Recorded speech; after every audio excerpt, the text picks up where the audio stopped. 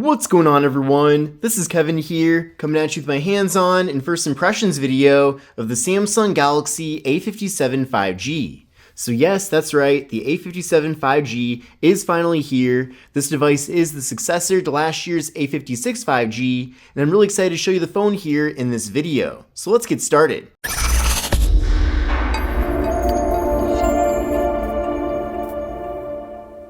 So this is the Samsung Galaxy A57 5G.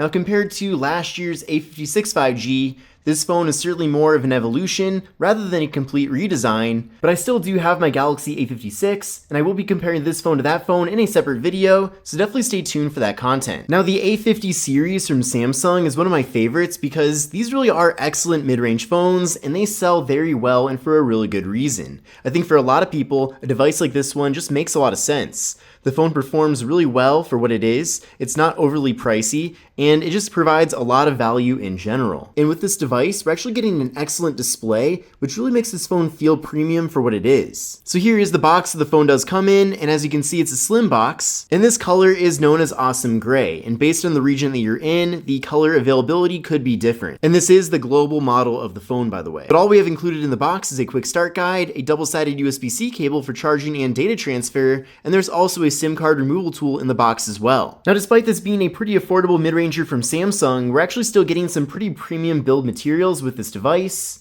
So the front glass here is Corning Gorilla Glass Victus Plus. We're then getting an aluminum frame all around the phone, and definitely compared to the A56, this aluminum is a lot smoother. And then on the back of the phone, we're also getting Corning Gorilla Glass Victus Plus. Now this display is known as Super AMOLED Plus, so a lot of pluses here, and it does feature a 120Hz refresh rate, so a super fast and smooth refresh rate with the phone, and again, it's just a great looking display panel. So with these really bright and vibrant colors and the large display that we're getting here, this is definitely an excellent phone for consuming content, whether that's going on social media or watching a video. It's going to be great on this large canvas. Now this phone technically has a peak brightness of 1900, however that's mostly going to be used in situations such as viewing HDR content, and the high brightness mode of this phone does max out at 1200 nits, which for what it is, for this being a mid-range smartphone, that is still really good. Now the display is 1080p, we're getting a PPI of 385, we're getting a 19.5:9 aspect ratio, so a near but tall form factor, and then we're getting an 88.8% screen to body ratio. Now the bezels are not completely symmetrical here on the device. They are on the top and sides, however the bottom bezel is slightly thicker, but overall, pretty small bezels in general with this phone. And then up top here, there is a 12 megapixel front-facing camera. Now with the A57 5G, unfortunately, there is no wireless charging. That is a feature that at this point, I feel like mid-rangers should be offering, so I wish that was here. But at least with the phone, there is an in-display fingerprint sensor, and we're also getting Face Unlock. And then this particular model of the phone does come with 128 gigabytes of storage, but there's no micro SD card expansion, so a bit unfortunate there if you do like SD cards. And then taking a look at the camera setup on this device is a triple camera setup with a 50 megapixel main camera, a 12 megapixel ultra wide angle camera, and then a 5 megapixel macro camera for close-up images. So here's how things look in the camera app. This is with the main rear camera right now. Then from there, we can go over to 0.6 for that ultra wide. So with ultra wide, you can fit a lot more content into a single frame. If we head over to the More tab, we can access macro, and then with macro, you can get very close up and have some really nice detail there.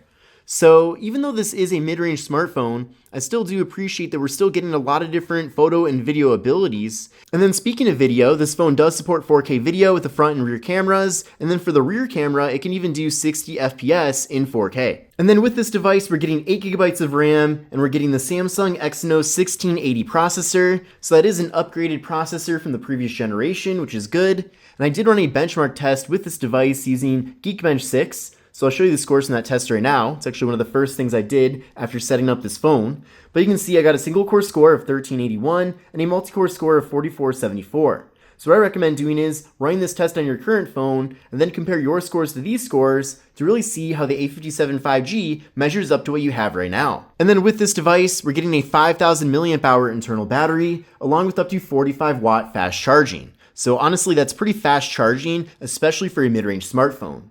And then with this device, it does come with Android 16 out of the box, along with Samsung's One UI 8.1. And then with this phone, we are getting up to 6 years of major Android software updates, so you will be covered far into the future. Now, despite the A57 5G being a bit lower end compared to Samsung's A series, we still are getting some Galaxy AI features here with this device. So when you're in the photo app, for example, if you tap on the stars, there are less options, but one of those options is the object eraser, and it is actually a very good eraser. So we'll give this a try right now and erase this plant, and we'll see what it detects here. You can see it was able to tell exactly where that plant is, or at least what the plant is. I'm going to go to erase, and then we'll see what shows up here instead.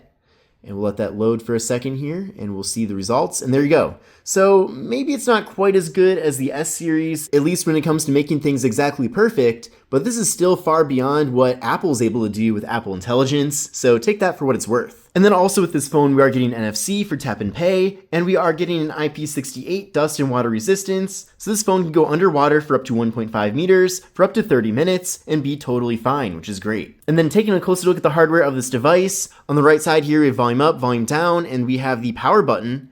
Then up top here we have the noise canceling microphone. Then on the bottom of the phone we have the slot for the SIM card, microphone, USB-C port for charging and data transfer, and we have the main speaker. And this phone does support stereo audio. And then on the left side, there's nothing. And then on the back of the phone, you can see it's pretty plain overall, but we've got the Samsung logo, we've got the camera module, which is slightly redesigned from last year, and then we do have the flash. And that's pretty much it. But this is the Samsung Galaxy A57 5G. Definitely curious to know what you think of this device, and if you think it's a nice upgrade overall. But again, let me know what you think in the comment section below. This is Kevin here, and I'll see you in the next one. Take care and have a great rest of your day.